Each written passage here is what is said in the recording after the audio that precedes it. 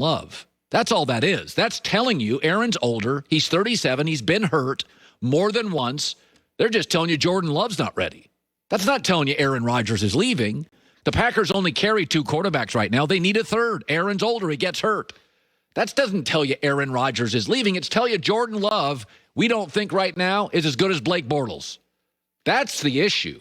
By the way, yesterday, John Kuhn, former fullback for the Packers, came out and reiterated Aaron Rodgers' Green Bay is fixable. Why is that noteworthy? Because John and Aaron are boys. And that is the third close friend / ally of Aaron Rodgers. James Jones, John Kuhn, A.J. Hawk on this show have all used the word fixable. You think it's a coincidence? They're talking to Aaron. Also, the Packers' schedule came out. 5 primetime games and 6 afternoon games equals 11 total national TV games more than Dallas. Leagues always know what's up. Remember when James Harden and the Rockets weren't scheduled for Christmas? The league knew he's getting traded. Fertitta talks to Silver. He's getting traded. The league knows something here. They got a sense that Aaron's not going anywhere. Listen, Aaron is trapped. And I'm more of a rip the Band-Aid off guy. If somebody doesn't want to be with me, girl, quarterback, I'm out. There's a sea of people. But Aaron's trapped. Green Bay owns his rights for 3 years. Where's he going to go? I'm going to retire. All right, go to Jeopardy. You got to stay out for 3 years. Also, trading Aaron Rodgers would be a wildly splashy move. If I say to you, what's the opposite of splashy in the NFL? You would say, Packers. There's no incentive to trade him because you can't get anything in return. What's Denver going to give you, Teddy Bridgewater? So the Green Bay roster is a collection of some veteran players who are very expensive. It's not a rebuild. You got contracts, guys you got to pay. It is not a rebuild. There's no incentive to trade him. You have his rights. You've been to back-to-back NFC championships. 3 of Aaron's friends are all using the exact word, fixable. It's not a coincidence. Here's what happened. 2 weeks ago, the story leaks. He's out of here, 100%. Gone. 2 weeks later, all his friends. It's fixable. You know what this is. It's human. Aaron was humiliated on draft night a year ago. Humiliated. They drafted Jordan Love. Aaron was pissed. So he waited 1 year. Pew, he fired back. And he said, I'm going to hurt you like you hurt me. And it got real hot, and everybody talked about it. 2 weeks later, Aaron's coming back.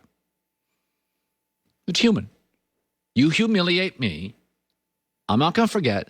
I'm going to humiliate you. What do they always say? I'll forgive. I'm not going to forget.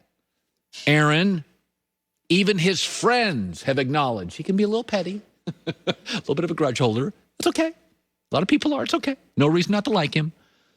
But the NFL knows something. They got all these 11 games, national TV games. His buddies are all using the same word. The Blake Bortles thing, come on. That doesn't mean anything.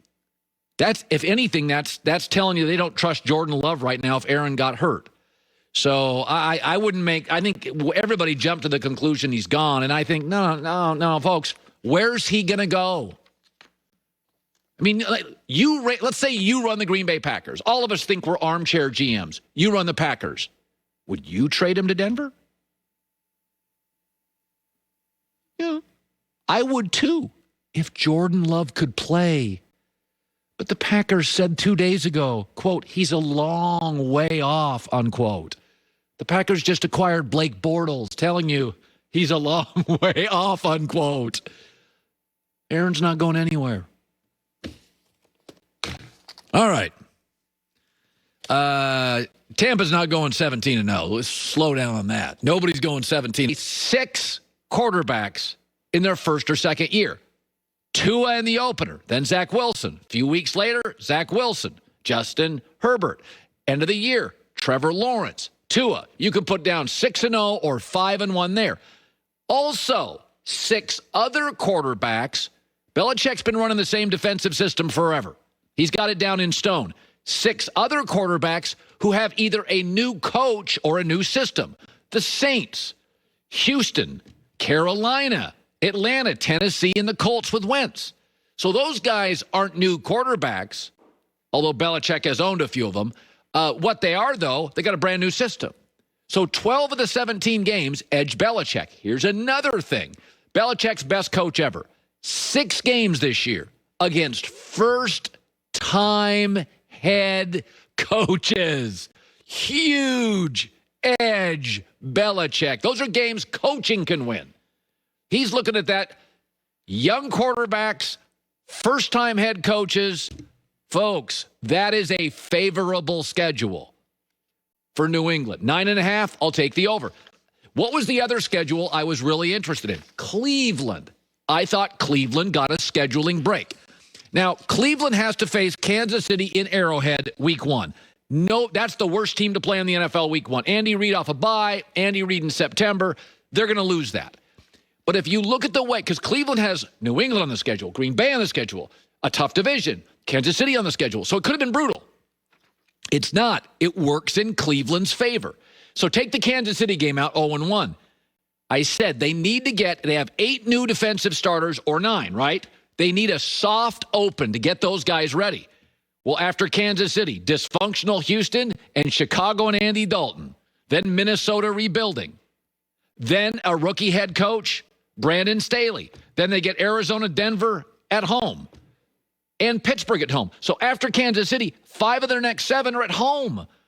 Don't have to travel. Don't have to lose any time there.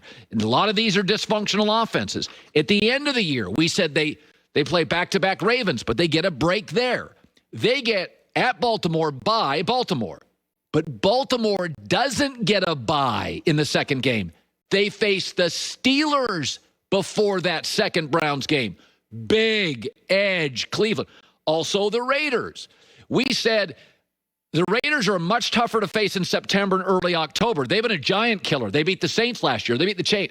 But they have died because they don't have the depth. They've died post-Thanksgiving. They get the Raiders later in the year.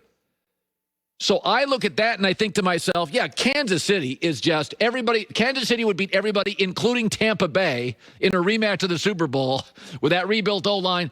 Kansas City, week 1 in Arrowhead, you don't want any part of that. After that, it's home games, young coaches. End of the year, they get a break and a bye with Baltimore. They get the Raiders later than early. And by the way, they also get Big Ben week 17. Big Ben's an older quarterback. They're not as good late as they are early, especially for a guy who's never, manicured his body like Tom Brady. So I thought New England and Cleveland are 9.5 win over-under bets. I like the over on both. I thought they both got a scheduling break. That's how I rate schedules. All right, so here's the other story yesterday that made news, and I think we're kind of, sometimes everybody talks about hot takes. I always say I'm a wet blanket. I always feel like I'm always like, settle down. So let me do a settle down here. Green Bay signs a